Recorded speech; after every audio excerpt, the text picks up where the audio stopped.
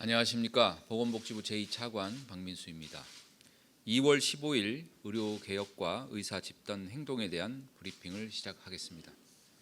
먼저 의사단체 집단 행동 관련 상황에 대해서 말씀드리겠습니다. 오늘 의협의 총궐기 대회가 예정되어 있습니다. 이번 집회는 점심 또는 저녁 시간을 활용해 진행하는 것으로 알고 있으며 국민에게 피해가 가지 않는 범위 내에서 이루어질 것으로 보고 있습니다. 근무 시간 외에 시간을 활용하여 합법적으로 의견을 표명하는 것은 표현의 자유 영역으로 존중받아야 할 것입니다.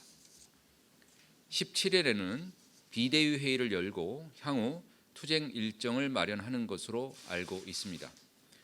환자의 생명과 건강을 위협하지 않기를 촉구하고 이에 위협이 된다면 정부는 법과 원칙에 따라 엄정 대응할 것입니다. 어제 SNS에 전공의 집단 사직서 제출에 대한 내용이 제기되었습니다.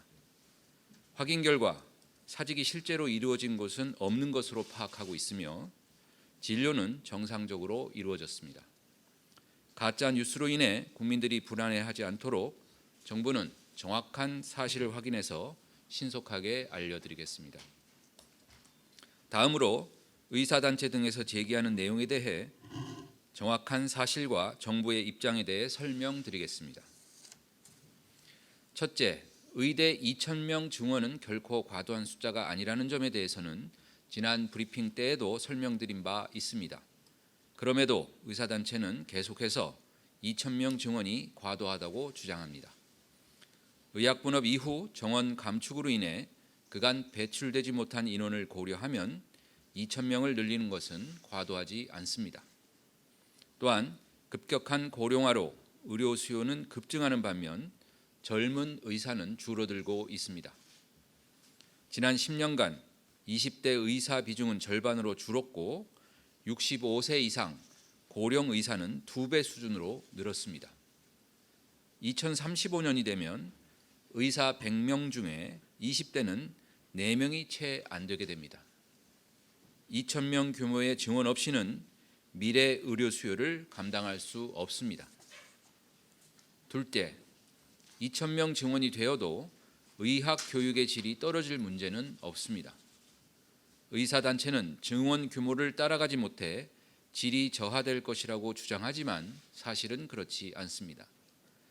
1980년대 주요 의과대학의 개별 정원은 지금보다 많은 수준이었습니다. 서울대 의대의 경우 당시 정원은 260명이고 현재는 그 절반 수준인 135명입니다. 다른 대학도 마찬가지입니다. 부산대는 당시 208명, 현재는 125명이고 경북대는 당시 196명, 현재는 110명으로 당시와 비교할 때 절반 수준입니다. 반면 교수 수가 훨씬 늘어나는 등 의과대학의 현재 교육 여건은 비교할 수 없을 정도로 개선되었습니다. 정부가 지난해 말 각 의과대학의 여건을 조사한 결과 증원하더라도 의학교육평가 인증 기준을 모두 충족할 수 있는 것으로 확인했습니다. 이에 더하여 정부는 의학교육의 질을 개선하기 위한 정책도 병행하겠습니다.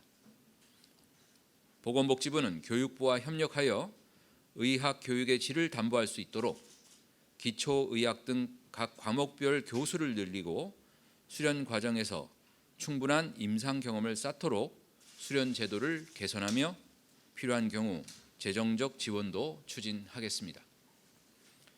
의학교육의 질 문제는 환자의 건강권을 위협하는 집단 행동의 이유가 될 수 없습니다. 셋째, 주요국과 비교해도 우리나라 의사는 부족한 것이 분명한데 의사단체는 부족한 증거가 없다고 주장합니다. 의사단체는 의대 증원 없이도 2047년에 인구 1,000명당 의사 수가 OECD 평균을 넘는다고 합니다.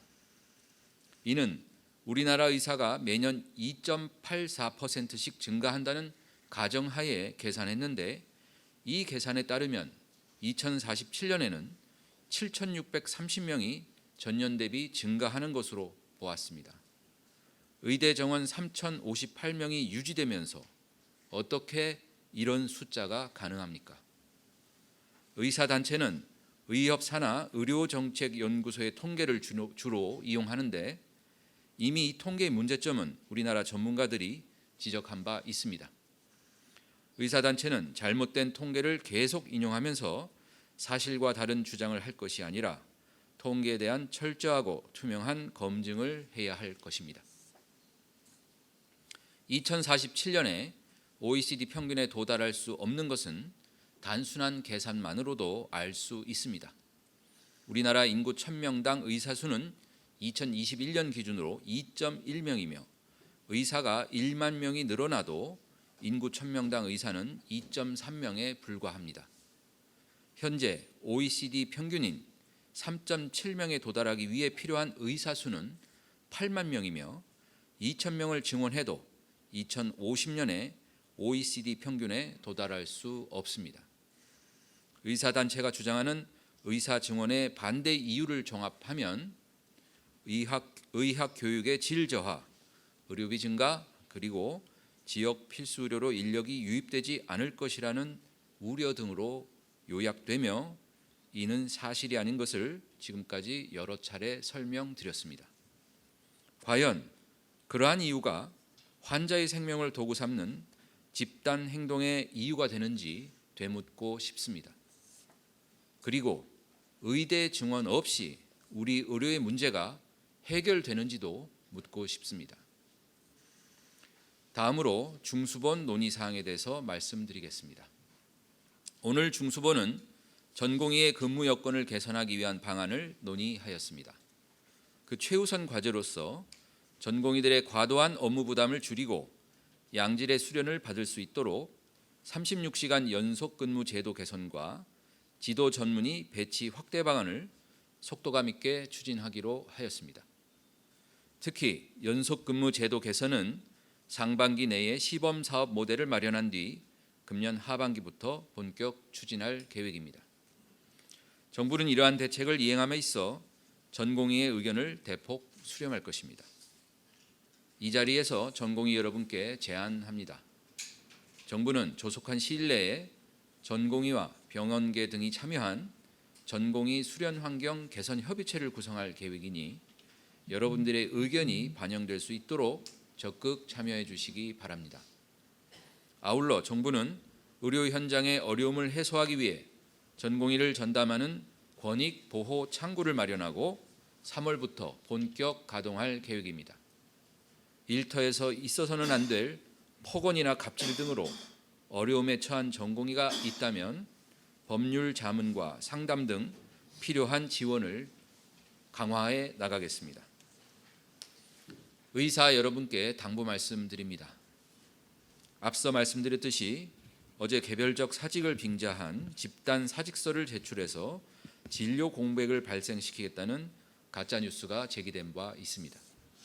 다행히 이 내용은 사실이 아님이 밝혀졌지만 만약 사실이었다면 환자의 생명과 건강에 위협을 주는 집단 행동을 도모한 것입니다. 가짜뉴스든 집단 행동이든 환자와 그 가족들을 불안하게 하고 자신들의 뜻을 관철하기 위해 환자의 생명과 건강을 도구 삼는 스스로의 존재 이유를 부정하는 행위입니다. 이러한 행동은 지금도 묵묵히 환자의 곁에서 생명을 지키기 위해 헌신하는 대부분의 의사들의 명예를 실추시키는 행동입니다. 대부분의 의사분들께서는 이러한 주장에 동요하지 않을 것이라 믿습니다. 국민 여러분께 말씀드립니다. 정부는 국민 보건을 최우선으로 진료 공백이 발생하지 않도록 의료 체계를 정상으로 유지하는 한편 가짜 뉴스로 인해 국민께서 불안해하는 일이 생기지 않도록 적극 대응하겠습니다. 의료 개혁의 길은 험난하지만 아이가 아플 때 의사를 찾지 못하는 일을 방지하고 응급실 뺑뺑이 때문에 골든타임을 놓치거나 막대한 시간과 비용을 들여 서울의 상경에 진료받는 이 모든 문제를 정부는 반드시 해결하겠습니다. 정부는 오직 국민만 바라보고 가겠습니다. 끝까지 지지와 성원을 보내주시기 바랍니다. 감사합니다.